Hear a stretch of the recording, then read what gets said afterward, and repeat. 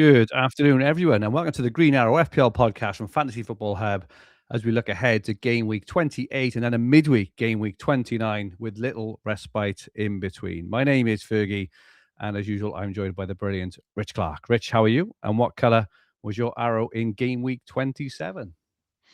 Good evening, everyone. I'm okay, and I had my 10th red arrow out of 11 game weeks. Goodness me, Rich. Not quite as big as the ones that have gone before it. A relatively small one, but still a drop nonetheless. I think I managed to match the average across the game, which is something of an achievement. I'm just not having any luck, mate, to be honest.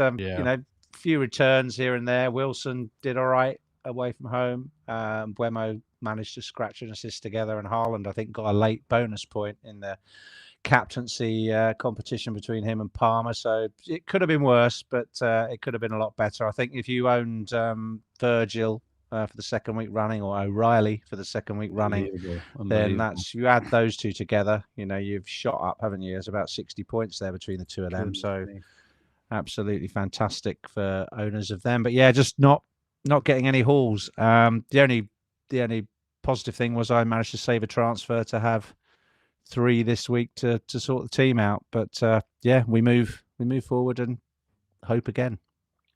You're getting there, mate. Even though you've had 10 reds in 11, you're still in a very enviable position, as we say. We seem to said every week, the last 11 weeks almost, is your reds. I don't think any of them have been sort of rank doubling or catastrophic, have they? You're kind of managing your risk really, really well.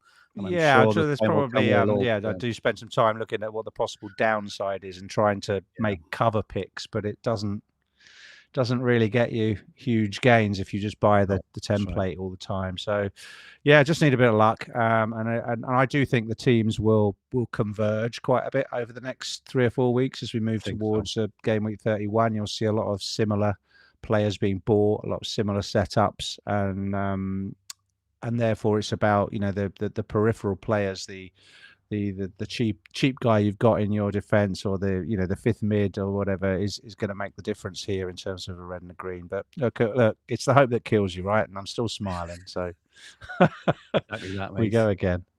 Good stuff. You scored 45. I scored 49. Mine was enough for a smallish green, but I'm pleased to say I haven't looked at my game week history. I should, but I think I've probably had about, I'm guessing roughly like six or 7 greens in the last 8. But like you, my greens are just on the right side of green rather than red, but no sort of massive holes. But I have managed to climb. I think since, I don't know, in the last like 2 months, I've managed to climb from about 1.5 million to 690k. So roughly half my rank, but it's very much a war of attrition. I haven't had any sort of real massive holes, but I'm still happy with my team. And I was looking back to our gap actually, because we've had a very topsy-turvy season, you and I, haven't we? I was like 50-60 points ahead of you come game week, wherever it was, 6, and then you were 90 points ahead of me about sort of 8 or 9 weeks ago. And now it's about 50-55 points. So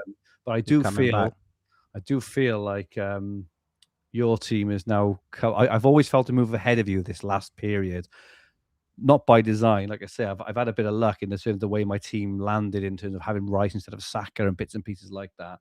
But I think you've caught up this week, so I'm very much expecting a sort of horses the horse's nose over the next few weeks. But I was very fortunate this week. Petrovic Hall was my green arrow, really. Petrovic and Munoz. I missed as well. I missed his haul about 2 weeks ago. He had a 10-pointer. I played Davrabka on that particular week, but it does look like Bournemouth defense generally have massively improved over the last few weeks. I think the whole team, they've improved. So I played him, and I was very, very pleased to get a 9-pointer. And then as you say, the Munoz one as well, which well, he was playing in didn't he play in central defense because Lacroix was out, and they gave away a penalty which Henderson saved. So if you had Henderson, he got 16 points. And then he got a bonus point and some DEFCONs as well. So absolutely, You could say it's fortunate, Oh, but it fair is enough. fortunate. You've No, bought no. in for the attacking returns, really. But Yeah. hey ho, 9 points, don't knock it. That's paid off both for Strand Larson and Munoz in that double move you made a couple of Well, that weeks was ago. it. I bought them for the two fixtures because they had Burnley at home and Wolves at home, and I had 13 points of Strand Larson in the 1 week, 9 of Munoz in the second week, and I've sold them both. I sold them both on the weekend because I had the exact money to do the changes I wanted to kind of do. So, Well done. but yeah, nothing I spectacular. mean, I just play too sensible. I thought, well, I've got Cash, Senesi, and Anderson. Cash was at home, with a nice fixture, and Anderson and Senesi had away games. So I played Cash. He Villa conceded had Leeds, didn't they? Yeah. within the first 5 minutes, and then got a 2-pointer, and then the other two guys, returned 4 and 5 points. So Anderson got DEFCONs away from home, and Senesi got a clean sheet and a booking. So I'm playing the logical thing. Pick the homer, right, when there's not much between them. I think so. It's not working out. Just not happening. No. Welcome everyone in the chat.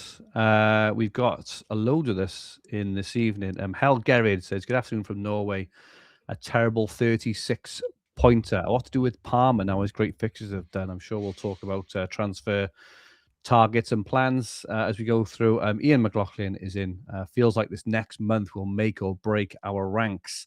And Rich yourself says, "O'Reilly killing me." To sell, as you said, O'Reilly has suddenly turned into prime Thierry Henry over these last few weeks. It's been unbelievable. Colin Johnson said, needs a green this week. There's a lot of, disappointment in the chat. It feels like there's not much going on at the one in the chat. John Aconley is in. A Queen of the Stone Age is in. Todd Kershka, FPL Gaza. I'm 1974. Alan Putt is on holiday in Gran Canaria, escaping the rain. 53 points and a green. Oh, nice. Well played. Yellow Cab. I'm sure someone just said easy Paul. Says, great to catch you guys live. Not starting new job until Monday. Firstly, great to have you with us, Easy Paul. And secondly, well done on the new job, and I hope it goes well for you. Claire FPL is in. Only got 38 points. James Thompson. Seems like the season of random hauls and poor pre. Where do we go from here? And that's the thing in it. And I think I'm taking a leaf out of your book, Rich, over this period. There's not much going on.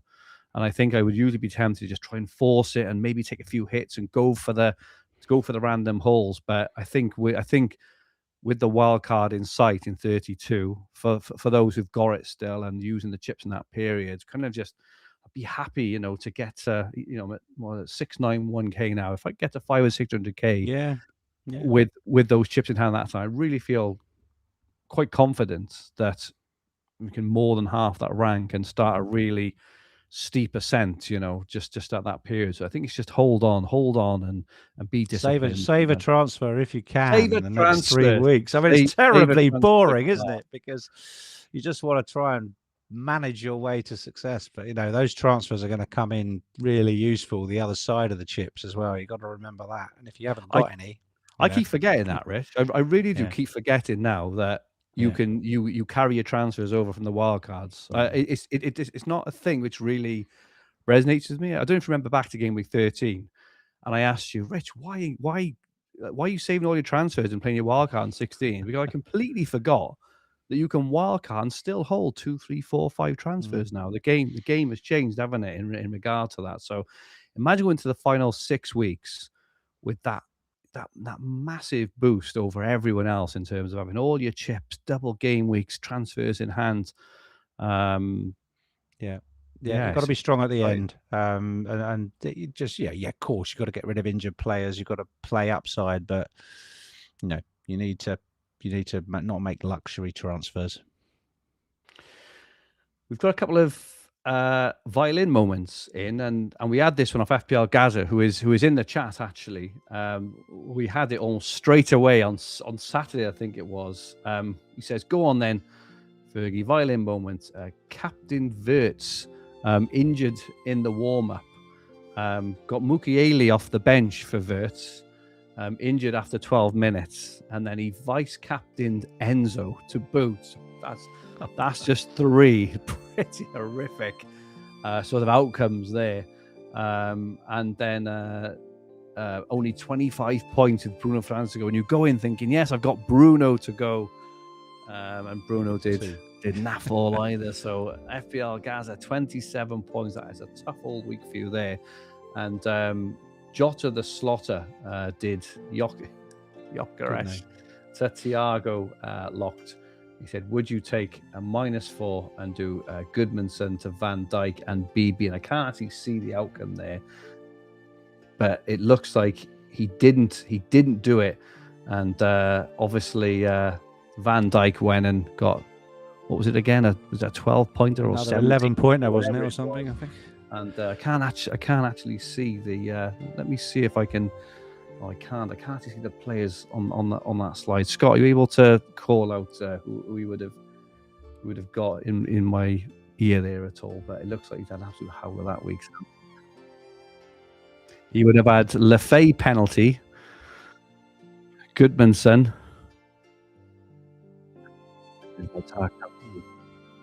Goodness me, that's a hell of a swing. It's like a 20 to 30 point swing there. So very, very unlucky. Jota the Slaughter.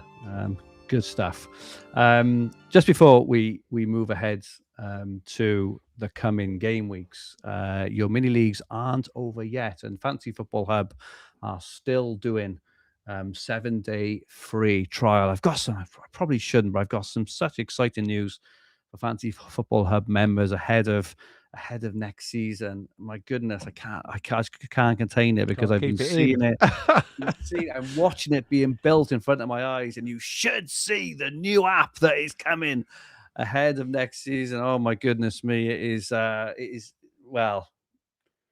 I haven't been so excited for anything for years, and that's saying something. It is absolutely incredible, and it is being built as we speak. So Fantasy Football Hub members, it's looking good, and you've got some pretty exciting times ahead of you. Just to say, the Hub AI team, Rich, which we give, I would say, some tongue-in-cheek stick to from time to time. Yeah. Again, is actually beating the both of us this season. Gone ahead of us now, is it? Yeah, all right, yeah. It reached as high as like 80k last week. It just keeps making those damn sensible transfers that. But yeah, it's having another good season this year. It's well inside the top 100k, or was last week anyway. I haven't checked it this week, but yeah, don't forget, you can get everything you need to do well at FPL and win your mini leagues. At Fantasy Football Hub, you can get a 7-day free trial, get your recommended transfers, get all your stats and everything. Like I say, ahead of next season is something to be excited about. FPL Hazards also sold Jokeres for Thiago captain. I mean, that's a stinker. Just thinking back to that last one, actually, he didn't do the bench boost, but he also sold Jokeres as well. So yeah, rough.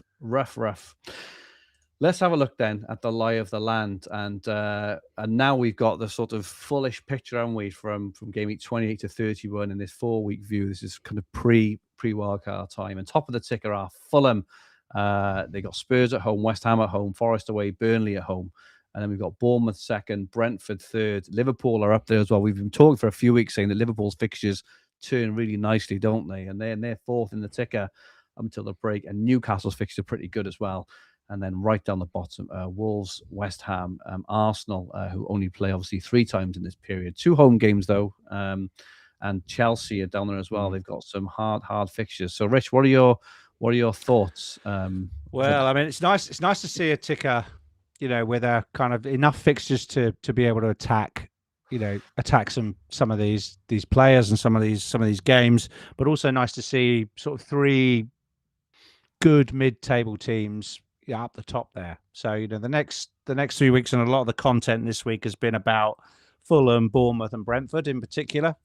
Just let's concentrate on that for a sec, because they've got a lot of well-priced options that play for those teams. And if we're looking to do a bit of a reorganization in the team and move money around, they're the ideal players to bring in when clearing out your closet, because a lot of people have got to count up how many blanking players they have. I think you might be, needing to get your calculator out with all those Palace players you have in your team and the City players on top of the Arsenal guys, and maybe you've even got Mane in there. So basically, people might have 7 or 8 at the moment that they need to start thinking about getting rid. I've noticed the content this week has increasingly started to talk about the fact that Man City and Crystal Palace may not blank in game week 31, depending on things like the Champions League draw. I think Palace play in about an hour's time in their European playoff, and they're only 1-1 in that game. So if they lose tonight, I think that could increase their chances of still staying in game week 31. So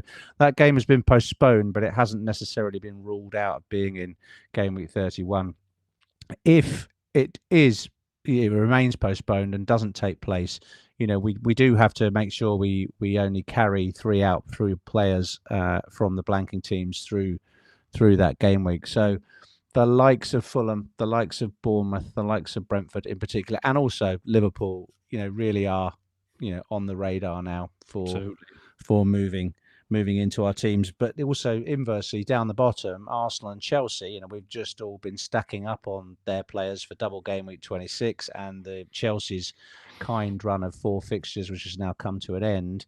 We're all loaded up with 4 or 5 players at the bottom end of the ticker there. So now is a good time to start thinking about who you're going to move out from the Arsenal ranks, and perhaps getting rid of all your Chelsea players in fairly rapid succession. So interesting times and a lot of changing. And again, if you've got transfers saved up, great time to use some of them and get your team in good shape.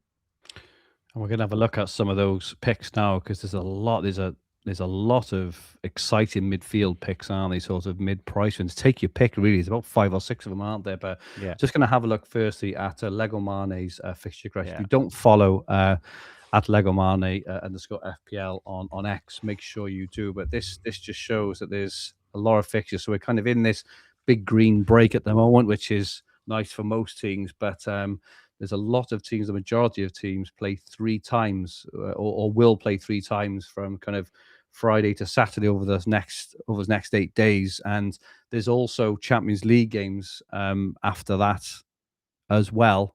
So, it's interesting periods. Yeah, Rich, what are your your takeaways on the fixture crush and how it could impact our picks? Yeah, it's been quite a quiet week, hasn't there, for midweek football? We've had Newcastle, playing, finishing their Champions League off yesterday, and Palace, I think, play tonight. But really, it's been quiet. Only 3 teams playing midweek, so most teams have had a rest. They've probably been able to get away or ask their players to put their feet up. But a lot of teams are going to be rapidly back in the red zone. I mean, some that stuck out to me.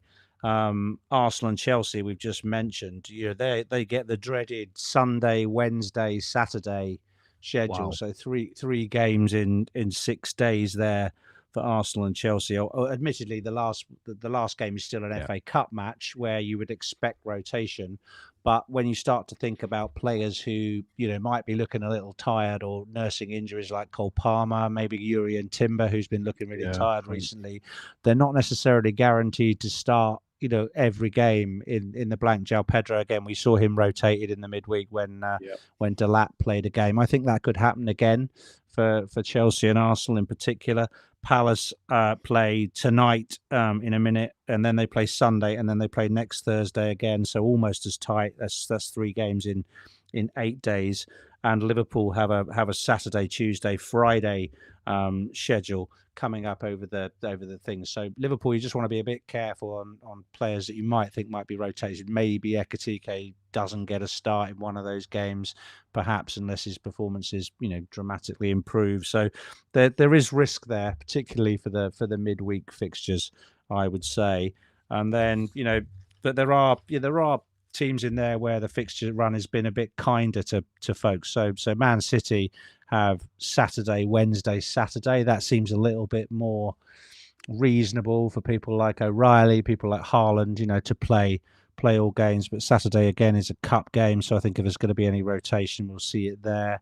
Villa have probably the kindest thing that they play this Friday in the league. Tomorrow night, the deadline is before the Wolves-Villa game, and then they have Wednesday, and then because they're out of the cup, they have a complete rest. So very low risk of rotation for Villa.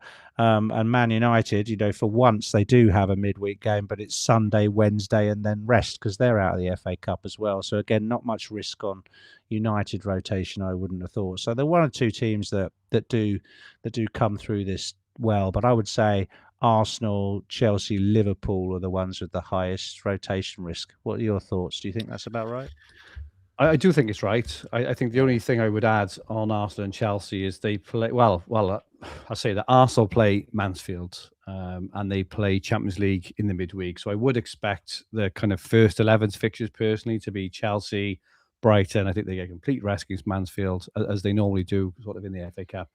But even then, they've still got a really important Champions League match. So you're talking about players like Timber, for example, who came off on, I think it was 58 minutes. Obviously, 7 minutes. They lost a clean sheet already, so it wasn't too disappointing. But I don't know if you saw him on the edge of the pitch. I think he came off just for a corner or something. He was absolutely out of path. He was absolutely shattered. So I'm not sure what's Ben White's sort of injury status at the moment, because he was. I'm waiting for an update on that actually. I think because I think they were going away somewhere warm. Arteta hinted that he was going to take the players away for a rest and some nice hot, probably some warm weather to improve their conditioning. So hopefully he'll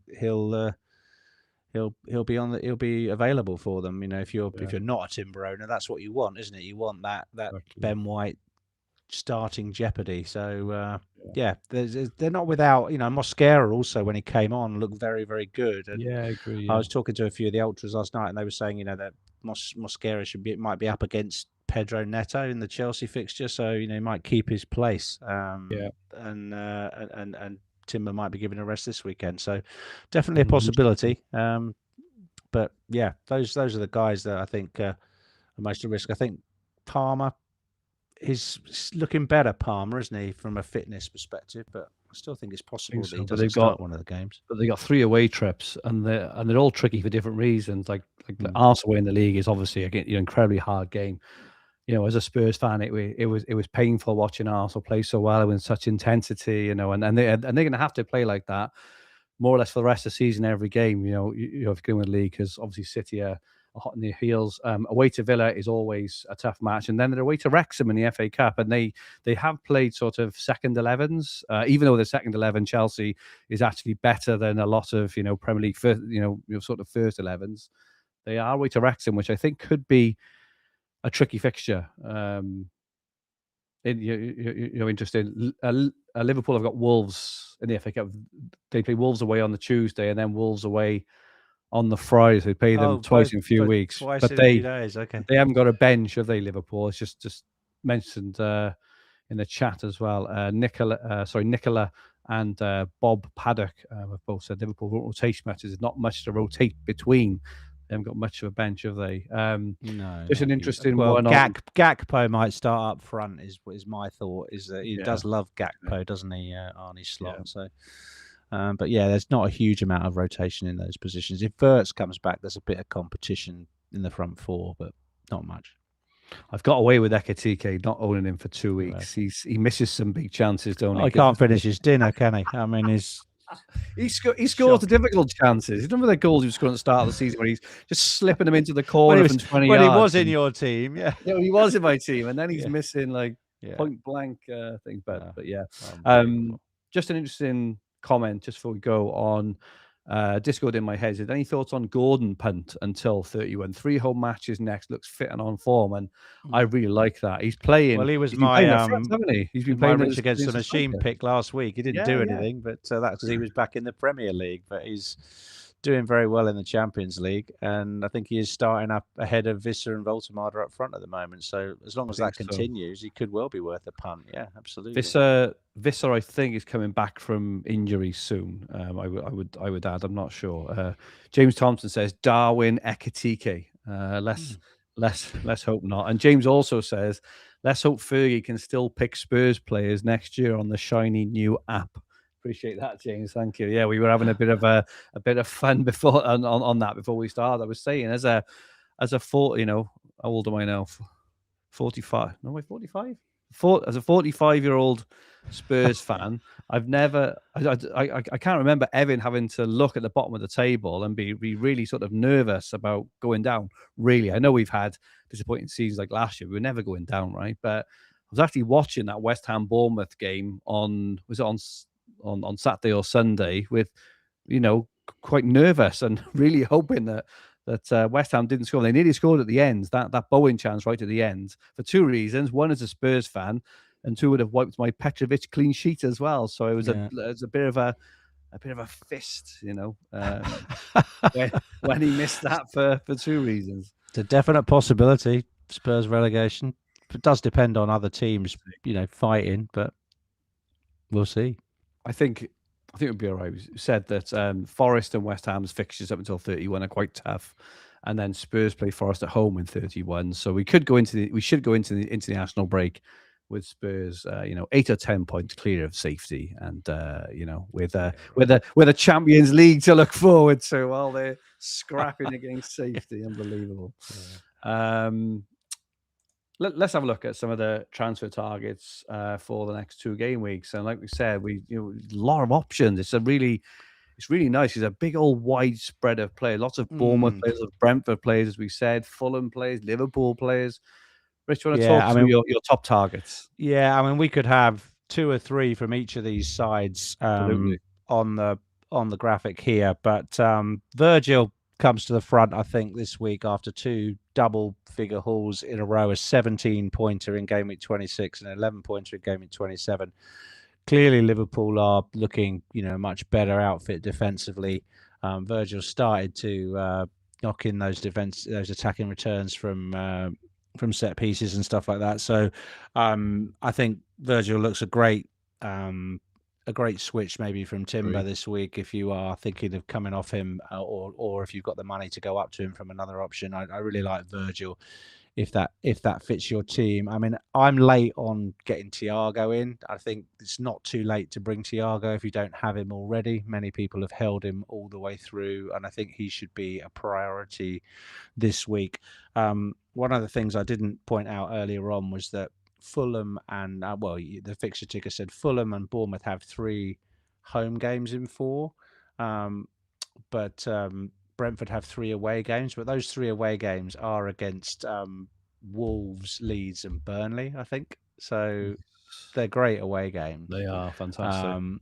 And I think you've got a great run there with Brentford. We've got 2 Brentford guys on this ticker. Dango is getting a lot of interest this week. Sharda less so. So Sharda's another candidate. He's 7 million. He's much more expensive, and people are coming off Enzo Fernandez in droves, and so they're making the switch to one of these mid-priced sub 6 million options. And we've got 3 of them on here. We've got Dango, we've got Rayan on the graphic here, and thanks to Mike at the hub for getting him in a shirt before this afternoon's show.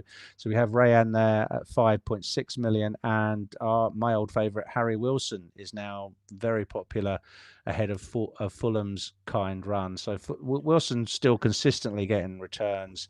A lot of people were put off. Some of the models didn't like him earlier in the season. They didn't think he could sustain the run of worldy goals that he was knocking in, but he is a genuinely very consistent, very good finisher, almost the opposite of Ekatike, really.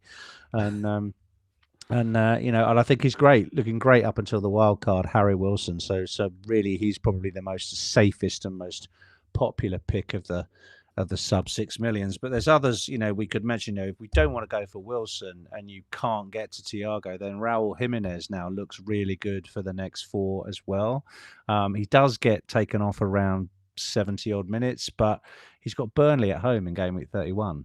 So Fulham options. They've got a kind of captainable fixture there in that tricky game week 31 week when there's no obvious captain with City and Arsenal not having a fixture. And your friend Mr. Tavernier could also have made the graphic. I think you've still got him, haven't you? And he's the cheapest of the lot at 5.3. We've managed to hold him through again, sort of not by design. It was just he was at a really awkward price point. There was no one to get to him really. So all the transfers I've made have been sort of around him, just just sort of happy to leave him.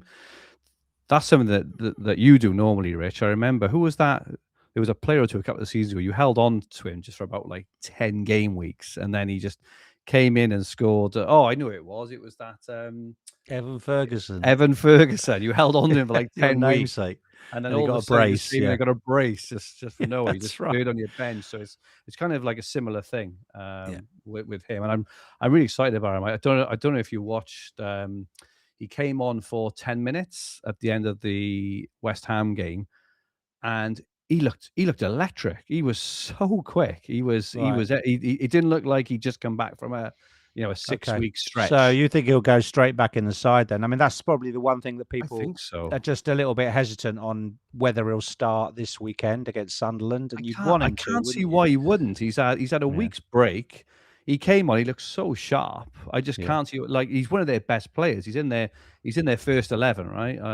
So I can't see why he Penalty wouldn't. taker as And well. he's on penalties. So Yeah. I really like him, and I'm trying to think. I think if I was looking at it objectively, I'd probably prefer someone like Wilson. I think if I could now do that change, I probably would. As in not a transfer, but if I could have Wilson ahead of Tavernier, I probably would because of ownership as well. But I'm starting him this week.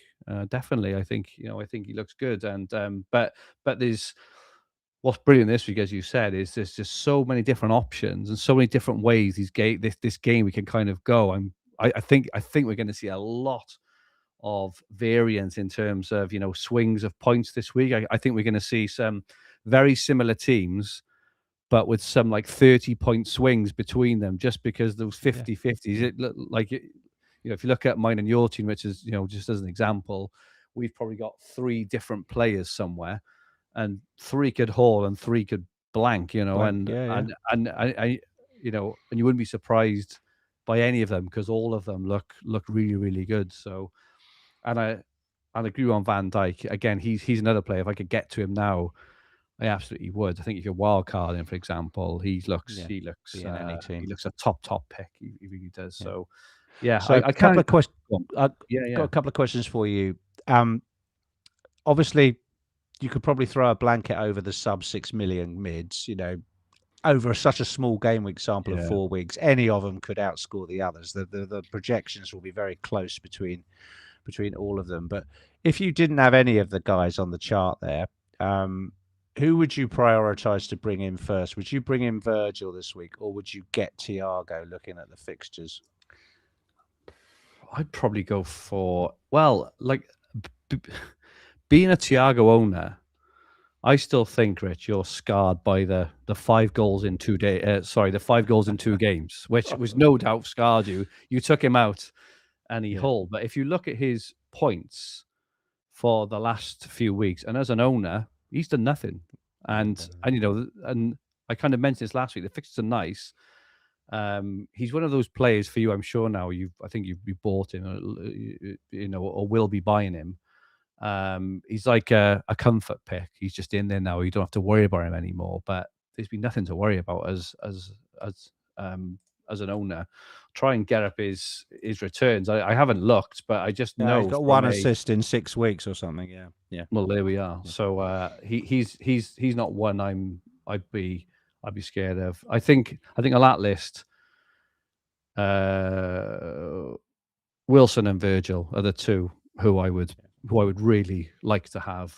Okay. I think the other three are just not as exciting, really, personally. But and I say that as a seasoned Thiago owner who has done well for me, but has done nothing recently. Yeah. But his fixtures are fantastic. You can't argue with that, and his stats and performances have been okay as well. Yeah. Fair How enough. about No, you, fair Rich? enough. If you were to pick objective off that list, I'm worried. I felt that I have to go for Thiago. I think the ownership of Thiago is so high that in one of the next 4 games, I think he's definitely got a double figure haul coming, like a 13 plus haul. Yeah. I don't think he'll do it in all of them. I think he'll have some blanks in there, but I think he'll definitely haul, and that will really hurt when the masses go. So I think he would be the priority. And also, most people bringing him in they're bringing him into a dead spot or a problem position that they've got to solve for game week 31. So it's almost like a transfer you've got to do in game week 31 anyway. If you have a Mark Goo or a Mane in your team, you've got to sort that out. So sort it out now, ahead of the good fixtures would be my argument. I mean, Virgil, got to remember, Virgil disappointed for a very long period after he was brought in with high DEFCON upside and no clean sheets for Liverpool. Didn't do anything until recently. Now he suddenly started to tick along like a Rolls Royce, and he looks worth the money now. So, yep, agree with that. Some questions and points in the chat. Michael asks, with Tavernier and Brooks back, do you see rotation for Ryan and Krupi? I do. I'm not maybe so sure on Ryan, but I think if Tavernier is fit, he plays. I personally think that. Jack says on Thiago, he's had two double-digit hauls, those back-to-back weeks we talk about, since game week 14. And we're in game week, where are we in 28 now? And James Thompson says, you're missing Sharda from the list. He's being slept on as he has a haul now. I just find with Brentford, and Johnny 5 has just asked to double up on Brentford attack. I just find them so inconsistent. Brentford, they just seem to just really disappoint a lot when you have them as picks personally. And again, I say that from personal experience. I think I prefer Sharda over Dango, and that's just because I think Sharda, I don't know if has he had two hat-tricks in the Premier League? I just feel Sharda, when Sharda's on form, he looks so dangerous, and he's a proper goal scorer. But he might not even start every game. There are options in other positions. So I don't know. I think if you can't have all of them. We've listed about 9 players from those 3 teams here. I think if you have one Bournemouth attacker, one Fulham attacker, and one Brentford attacker, for this upcoming period, you choose the one you think is going to do. You do well, and you set your team up over the next 2 weeks to do that, and you just hope that your guy, your edge piece, if you like, is the one that brings home the bacon. Agree. Let's have a look at predicted points for the next 4 game weeks overall. I'm sure we'll see some of the players in here. Salah is currently top with the fixtures we have talked. We haven't talked about Salah.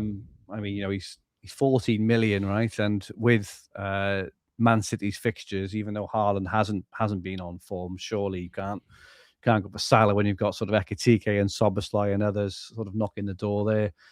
Bruno is second at 23.9. Ekitike 23. Thiago is up there, 23 as well.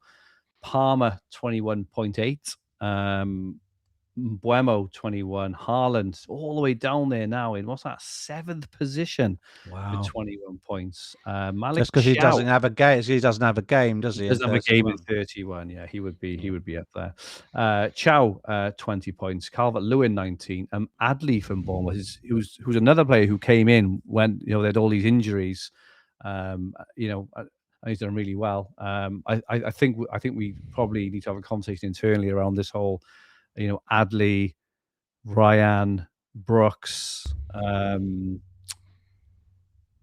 Tavernier situation, because it's incredibly difficult to know who's going to play, because they've got new signings, Semenyo's left, and there was injuries as well. So I don't think anyone really know. Maybe the manager doesn't even really know what his strongest 11 is now for the run-in.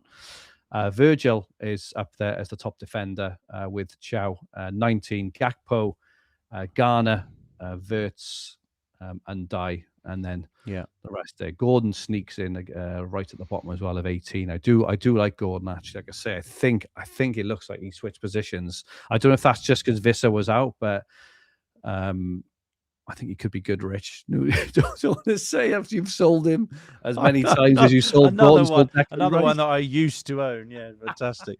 I mean, Wirtz Vert's nearly made the picks. It's only because he's got a back injury and it's a slight doubt going into this week that he didn't put him on there. And I think a lot of people maybe were looking at doing like Rice up to Vert's as a nice move and a nice way of getting rid of a blanker.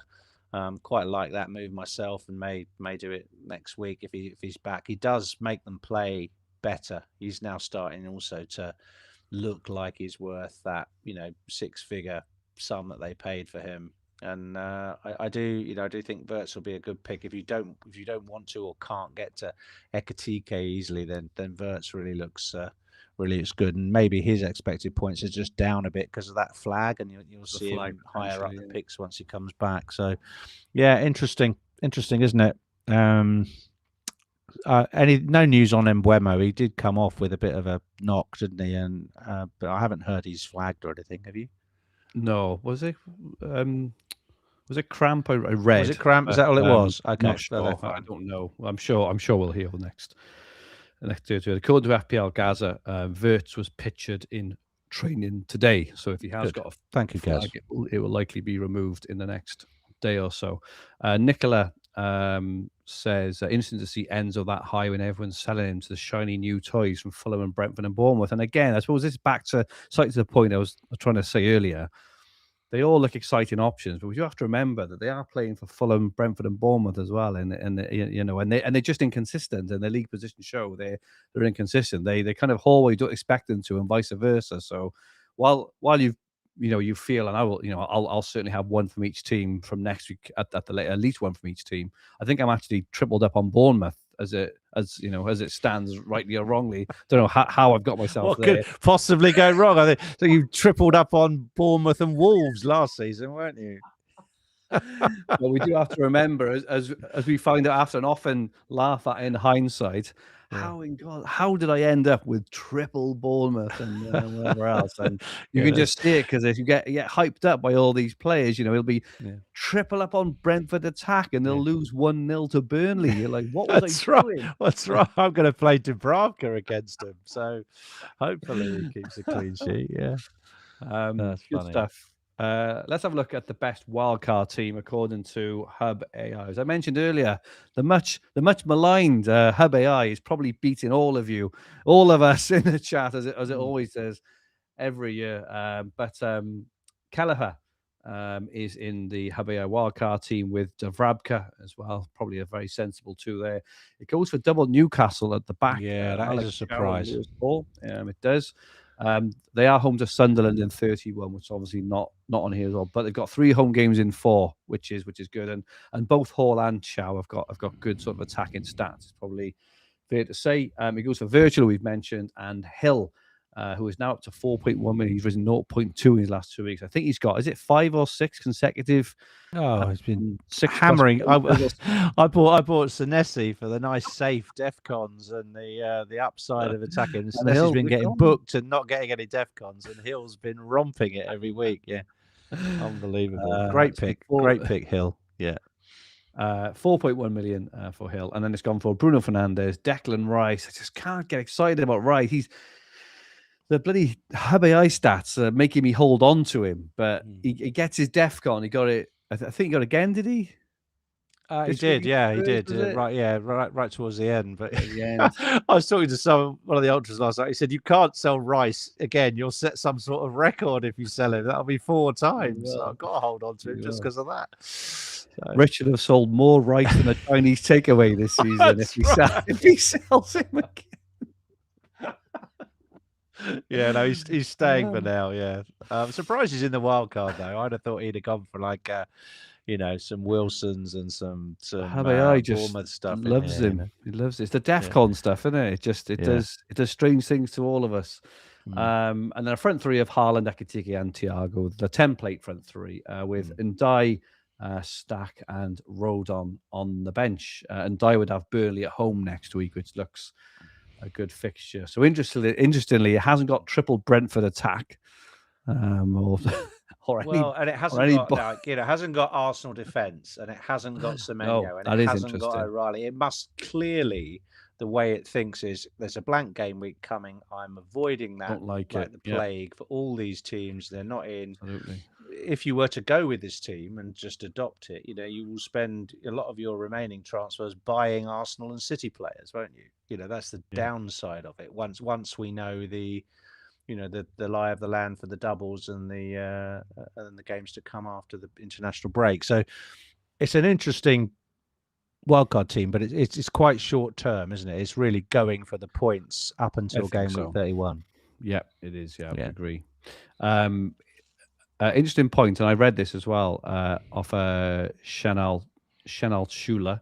So last year, Dango did not start during Ramadan. I did see something about Dango and Ramadan as well. So I don't know if there's anything in it, but There's again, a possibility, isn't there? I mean, I think that people don't seem that worried about it. I mean, Salah's been fasting through Ramadan for quite a long time, and he seems to come through okay. But yeah, it's definitely he does observe the tradition, so there may be some limited minutes there. 61% have voted Wilson as the best mid-price midfielder, 23 Dango, and then 8% for Ryan and Tavernier. Just interesting stuff there. Thanks for setting that up, Scott. Best free hit team for this week looks reasonably similar. Actually, you did say, Rich, that it was looking quite short-sighted, but it's gone for Pope. It's gone for a triple up in Newcastle defence. Pope, Chow, and Hall at the back. Virgil and Gehi has got leads, and then it's gone for Salah captain this week, home to West Ham. Salah captain, Bruno Rice, loves Rice, always got Rice in. Yeah, and Mbuemo, and then Ekitike and Thiago. No Haaland this week, which is interesting when we start to talk about captaincy, but doesn't fancy Haaland this week. Any thoughts on that, Rich? Well, it'd be an interesting week to play a free hit, wouldn't it? Ahead of all the stuff to come. So I certainly wouldn't recommend the use of the chip. But yeah, it's all right. I wouldn't. I'm surprised it hasn't gone for some of the guys we're talking about. There's Virgil's in there, but none of the other picks are in there. None of the Fulham guys, the Bournemouth guys, the Brentford guys. They all have got great fixtures this week. Against the likes of. I mean, I wouldn't have Salah on a free hit. I wouldn't even have him on a free hit now. Would you? I don't know. Home to West. I'm not sure. Would you have him? I'm not sure, to be honest. I think it's a definite no. Is all I'd say. It's the fixture. Okay. It's the fixture is fairly maybe decent. I wouldn't have Rice home to Chelsea. No, Rice I is the wouldn't one. either. He's killing me. No. He's killing me because the AI is just saying keep him in, but I just don't fancy him. But then he's got me 4 points the last. Well, he's got me 18 points in the last 3 game weeks. So am I actually not playing FPL right by thinking those are not returns that I feel are good? He's averaging over 6 points a week for me these last 3 game weeks. So I don't know. But looking at the predictions for the other players, they're all high as well. I do think United are going to put Palace to the sword on the weekend. I do think that. I think Palace have been poor anyway, and Palace play again this midweek. They drew away to Zrinski, who now aren't they playing in about half an hour? Yeah. I think it's later on, but yeah. Is it? Oh, okay. I thought it was the early game. It's this evening, but Palace probably were quite fortunate to beat Wolves in terms of Wolves had the penalty. Wolves also had a red card as well, and Palace weren't convincing. So I do fancy United to turn Palace over pretty comfortably. So maybe the double up of Fernandes and Mbuemo, when you argue, would you have Wilson or Ryan? You'd probably go for the United pair, wouldn't you? So interesting. And then Ekitike and Thiago. So that's the free hit team. Fergi is a punt for game week 28 and 29, and it's very rare. It mightn't be I don't know if it's the first time I've seen it. It's not far off, but I'm actually going for a player I own in my team, which I'm very excited about, and I really like him. Like I say, I really like him because I saw him come on the pitch last weekend, and I really liked what I saw. I was very excited. I actually thought he's going to get a return here, and I think he actually got a return when I benched him. So I had him pre-injury. I benched him, and he returned, and then he got injured the game after or something. But 5 goals and 3 assists this season, 43 shots, 16 shots in the box, an XG of 5, XA of 2. But the fixtures for the next couple of weeks, they're home to Sunderland, home to Brentford, away to Burnley, home to United in this period before wildcard and B. And he's had an excellent couple of seasons. I think he's really going to stand up now that Semenyo has gone and kind of take the mantle of their sort of talisman. And Marcus Tavernier, I think, is going to be a bit of a player for these next few weeks, and I'm incredibly happy to already own him. It's like he's in my team. A free transfer, isn't it? Really, when he suddenly comes off your bench like that. Exactly that. So I'm definitely playing him, and I take the point that, and maybe I'm looking at it, like I say, with a bit of rose-tinted glasses, that I think he starts the 2 games, maybe gets early sub, sort of 70, 75 minutes, but I can't see why they would bench him personally. I don't think they've got an FA Cup game, have they, next weekend? No, they haven't. So it's just these 2 games. Then they get a week break after that. Both games are at home as well. I think Tavernier is going to score some points over these next couple of weeks. So he is my punt for the next. Let's just have a look at his ownership very quickly. He is 1.1% owned. That's the kind of ownership you want for a punt when they kick off. So, yep, Tavernier for me. Who are you going for, Rich? For Rich against the machine? Well, as usual, I'm trawling the predicted points, but this time over both games. This guy has a home game across the next 2. He has featured heavily in my team and in the picks already, but he's only predicted to score 8.9, I think, predicted points across the 2 games. I think he'll smash that across 2 home games. Wow. Against in fact, I'm not sure who they're playing midweek without looking. It's Harry Wilson anyway, so put him up and it'll tell me what the fixtures are. So he's playing West Ham at home on Wednesday and Tottenham at home on the weekend. So 2 great fixtures, and only 8.9 expected points across the 2 games. So I think he'll possibly do that in 1 game. He's the one I'm scared of this week, Rich. Yeah. And well, I'm going to ask a question about my team in a bit because I'm contemplating a hit for him, which I don't know if it's madness. But I think it's worth it. You think it's worth it? Yeah. Ring the bell. Rich said taking a hit is worth it. Really? You just heard me say I think he's going to score more than 9 points. So that will pay for it, won't it? So, Rich, what are you doing to me? Okay, well, we'll talk about that when we get to our teams in a minute. Let's look at the best captain for this week. Salah, top of predicted points, 6.9. Haaland, 6.7. Salah's home to West Ham. Haaland away to Leeds. Ekitike, Thiago away to Burnley. Bruno home to Palace. A lot of really good options this week. Chiao is quite high. Rice and Puemo, Gabriel and Virgil. It's probably between the top 4 or 5, I would guess. Liverpool forward, Haaland, Thiago or Bruno. Rich, what's your thoughts on captaincy for this week? Yes. Really tough this week. I'm not sure. I'm all over the place on it, if I'm honest with you. I think given the fact that our teams are all converging to template front threes and buying the same sort of mid-price midfielders and selling the same players, I do think that the captaincy becomes even more important over the last the next few games that we've got. So this is a real tough one to get right. Probably the safest option is Haaland away from Leeds.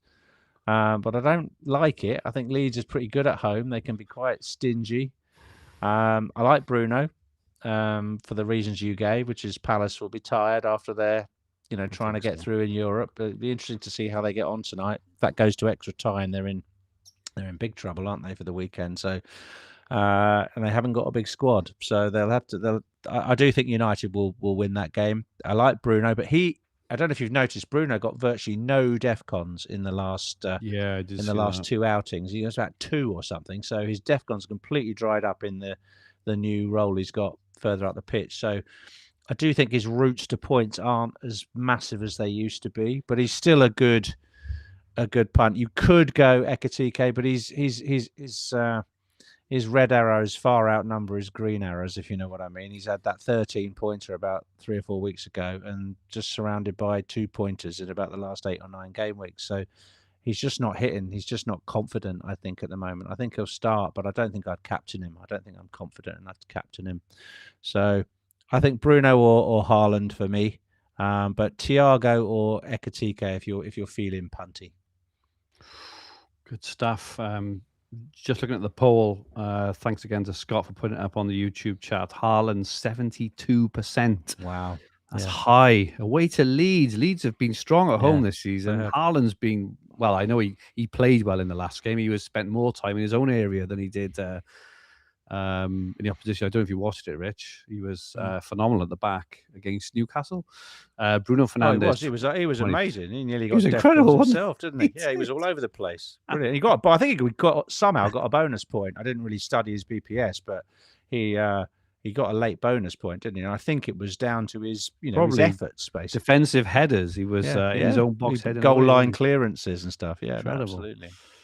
Bruno Fernandes, 19%. Thiago, 9%. So Haaland, overwhelming favour. That is interesting. I suppose it's a game that, Rich, obviously with your rank, I'm guessing you're probably going to go Haaland and play it safe. I'm not 100% sure. I'm not sure he's the best pick this week. No, it's wide open. And I think it will all be on this. Your colour of your arrow is going to be on getting the captaincy right this week. Could be some very high variance. And then just as interesting, we've got the captaincy for game week 29, sort of dominated again by Man City and Liverpool players. Rich, what are your thoughts? So Man City are home to Forest in 29. It's much more straightforward. Fixture. So if I'm going to go away from Haaland, I think I'm going to do it this weekend and probably put it on Bruno. I think I'll definitely be on Haaland midweek against Forest. Home game, different scenario for City, and they're playing a lot better now. I mean, Semenyo's an outside option for those that own him in the midweek game, but I'd certainly be looking at a City option there. Who have Liverpool got midweek? They are away to Wolves. Okay. So again, a good fixture. Yeah, it's a good fixture, isn't it? But I'm not sure I'd be confident enough to captain Salah or Ekitike. Well, it depends. Look, if they go really well against West Ham and they suddenly get a brace, one of them, then they come onto the radar, don't they? But I think Haaland is not even it's a very safe captaincy midweek, but game week 28 is when you can go against it. I agree. I'll definitely go Haaland in 29. For 28, I'm a bit less convinced, and I think it's going to be one of those. I shouldn't do it, but I am very much an in the moment kind of manager sometimes. And it gets like 10 to 11, and I have these like real strong feelings either way of like, oh, let's just go for it, or no, let's play it safe. And it just depends where I am in that moment, and I really don't know. So I'll probably make a decision at like 10 to 11 or whenever the deadline is. Oh no, it's Friday night this week, isn't it? But wherever it is, we will see. Alex Rumley says, Bournemouth, much improved defence, conceding 6.2 XG in the last two games. I want a bit of what Fergi is drinking. I think they have improved.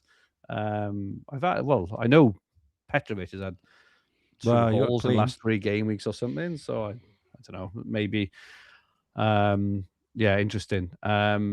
Let's have a quick look at the goal and clean sheet projections for game week 28. So in terms of goals, top is Liverpool this week, predicted 2.56 points, with Man United and Man City close behind on 2.17 and 2.14 respectively. Notice, Liverpool are top, and we've already dismissed their options. Again, I was talking to a West Ham fan yesterday, and he did point out quite rightly, and your man in the chat there talking about Bournemouth conceding 6.21 XG in the last 2 games. About 3 of that XG was against West Ham. So that clean sheet projection for Liverpool and that supremacy in that game, may not be as wide as it turns out. West Ham created a lot of chances in that Bournemouth game. Absolutely. Didn't put them away, and your clean sheet for Bournemouth was fortunate. I don't think you'll argue with me on that. So I think West Ham could score.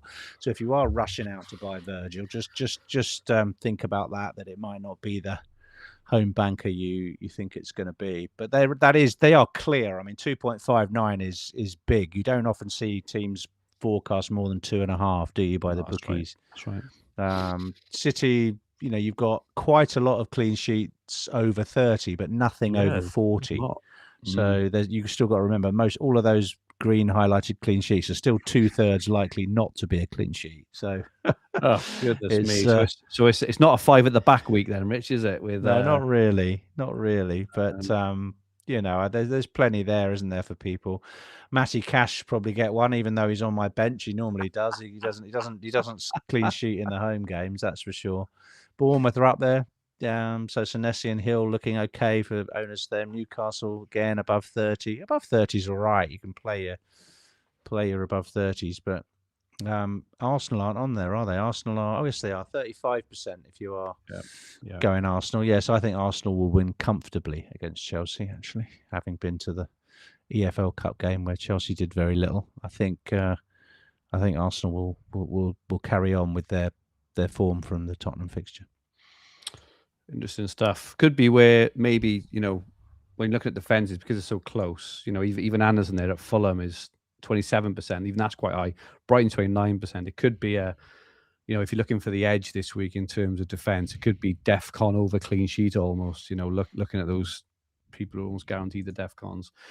Rich, you've got your team up now. So this was pre-transfers made. So this is your team as the deadline passed. Yes. Do you want to expand on that for us, Rich? Well, I did. Funnily enough, the Hub price predictor actually told me that timber was going to fall in price last night. So in the end, he didn't, but I think he will probably fall before the deadline. And I had exact money to do timber to Joe Rodon, so 3.9 million defender, but I only need him really for game week 31, where he has a home game against Brentford, and he does play Sunderland next week, so perfectly all right to go on the bench. And that gave me 2.5 million to add to 500,000 in the bank, and so I was able to finally get rid of the hopeless Mark Gu and upgrade him to Thiago. So I just scraped that move before any price change. That's why I've done it early. I did look at all sorts of combinations to get rid of Enzo Fernandez, go for these mid-price mids that we've been talking about, the Dangos and the Rayans, etc. But actually, I just thought if I brought one of them in, who would I bench? If I got rid of Enzo this week, who would I bench for the player I bought in? I'd end up sticking the player I bought in on the bench. So I just thought I will try and maintain the flexibility of 2 free transfers going forward. So I've still got one to use, but I will roll it and hopefully I'll either use it in game week 29 or I will roll another one and go into game week 30 with 3 again. So I actually think now with Thiago up front, I'm playing a 3-4-3 and Anderson will come in with Senesi and Gabriel. And I'm going to play Dubravka over Sanchez. I'm going to play Dubravka against Brentford at home rather than play Sanchez away at Arsenal. Would you do that? I think so, yeah. I think that makes sense. Even though Burnley just don't keep clean sheets. I think Dubravka's had quite a few 5-pointers over the last few weeks just because the sheer amount of saves he has to make and then whatever. I think I've had 2. I think he's had 2 in the last 3 to 4 weeks or something. So I just can't see Sanchez getting anything, so I think it's the right move. I mean, those I'm so disappointed because those 4 games for Chelsea were as good as they come in terms of the capability for clean sheets. He didn't get any. Clean sheets. They lost one really late, didn't they? Against 97th minute last week, against Burnley. That was another kick in the teeth. I was thinking of you, Rich. I was thinking of you as that goal went in. Thank God I was out. It's gonna be interesting to see if Dubravka can stop Thiago, Dango, and Sharda and co. Imagine he does that, Rich. You've got all your Dangos blanking, and you've got a nice Dubravka, nice swing in my favour. Saves a penalty or something. Stop it! Greedy. But there we go. So let's see. Let's play Dubravka. I mean, funnily enough, and I honestly, it's God's honest truth, I did not look at this. Right, Scott did this for us, didn't he, before the show? He did. And these were my Hub AI recommended transfers. So, I give the Hub AI quite a hard time in my critique and, the wild card and the free hit every week. But it recommended to me that I sold Timber for Rodon and Goo for Tiago. And that's exactly what I did. So when I looked at afterwards, that was a good bit of confirmation bias for me that I'd done the right thing. So well done, Hub AI. Your team is looking good this week, Rich. It's the first time in a few weeks where I thought I haven't got the edge this week. You've got Wilson, you've got Mbuemo. I think, I don't really fancy Mbuemo for the coming weeks, but this game week, I really think he could be really, really good. And you've just got sort of everyone in there. So 95% game week rating as well, which is high, and 93% rating overall. Don't forget, if you want your own ratings, click the link, join Fantasy Football Hub for absolutely free for 7 days. Quick look at my team before we go. My pre-transfer team, I've got Petrovic home to Sunderland. Nice. Probably benched a Rab, but just because I got Petrovic. Gabriel, Timber, and Anderson is telling me to play. Bruno, Rice, Rogers, Tavernier, Enzo, Haaland, and Thiago. But I did make 2 transfers on Sunday for the exact same reason, Rich, that you did. In that, I knew the players I wanted, or I knew the player I wanted, and Strand Larsen and Munoz, I think they got, what did they get? 922. I think they got about 25 points between them over the 2 game weeks. So job done. Well worth it. I think so. And as was my plan, in and out 2 weeks. Get Ekitike back. I paid more for him, obviously, than I did before, but I had a plan, and I sold Munoz back to Hill for Bournemouth. The recommended transfers were quite close as well. It did say Strand Larsen, Ekitike. It recommended Rogers to stack, but Rogers has got Wolves away, so I'll definitely play Roy. He has underwhelmed Rogers. I've been disappointed because I feel he's been a bit of a differential as well for me, but he hasn't really performed. So, I'm disappointed with that, but obviously I'll play him away to Wolves this week. My team as it stands now is Petrovic, Gabriel, Timber, and Hill. So I've got double Bournemouth and double Arsenal in defence. Bruno, Rice, Rogers, Tavernier, Haaland, Ekitike, and Thiago. Now I'm currently benching Anderson home to Spurs, which I don't really like doing. I don't really like doing it. Enzo is fine. Obviously, Mukiele's injured, but my question is, do I take a hit for Wilson? Because I'm quite comfortable, I think, doing Rice to Wilson for a hit. One, it reduces my game week 31 sort of single game week, blank exposure, which I don't really need to do because I'm fine anyway. Because I've only got 4 or 5 now, so I can manage that down easily anyway. It's more the fact that I'm concerned about Wilson. Now, my original plan was to play him was to hold him until next week, but I hate planning transfers in advance, and that's my problem. So, well, you'd have trouble is, mate, you'd be in the you'd be selling Rogers for him or Enzo for him. I could do Enzo for him next week. Or I could just do Rice. I mean, it doesn't matter. I've got the money. Why would you sell Rice ahead? Oh no, of Everton. I would do Enzo. Enzo, sorry. Yeah, but then you get the same problem as me, in that you got a bench. You got to put him straight on the bench. Who are you going to put on the bench? Tavernier. And this is my problem. Yeah, exactly, and that's why it doesn't make sense. No, I'd stop there and just wait. You can always get Wilson next week. I get him next week. He's still got 2 home games in 3. And the other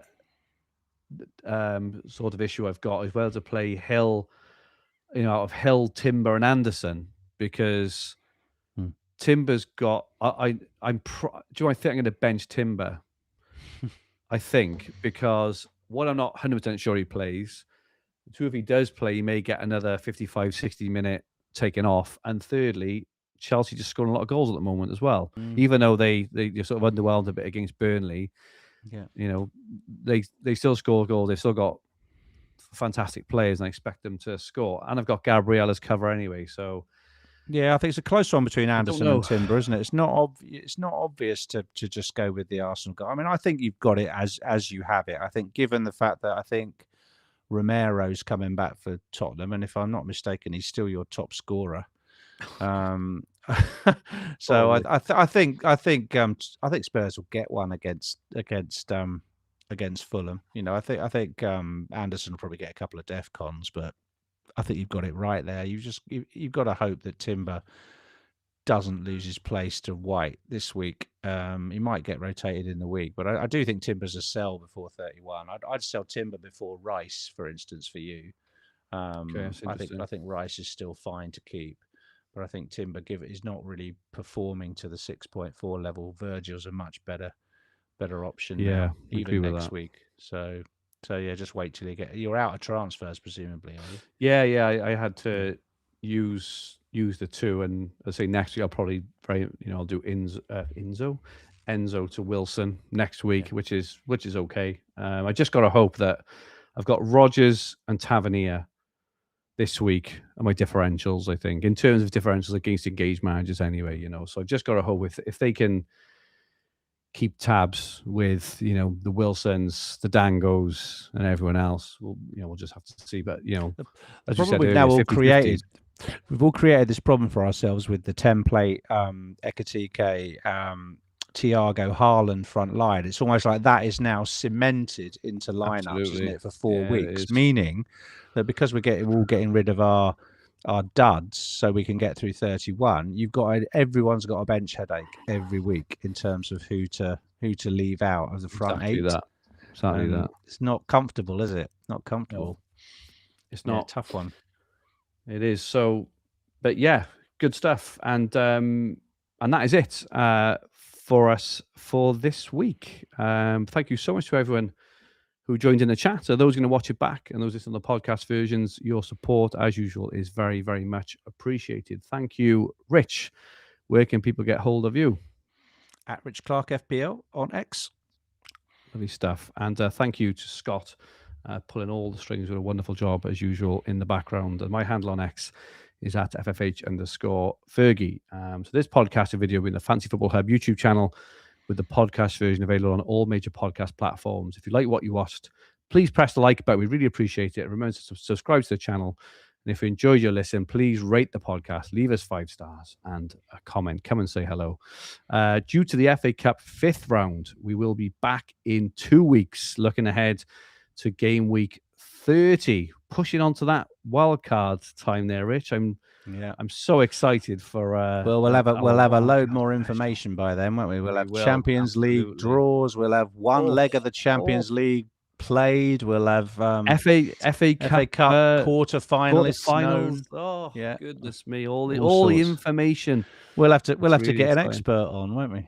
Ooh, what a great idea! So, someone who knows what they're talking about. Yeah, exactly. You're absolutely right. But yeah, we will be back in 2 weeks, looking ahead to Game Week 30. In the meantime, we hope you have a brilliant Game Week 28 and 29, and may all your arrows be green. Good night, all.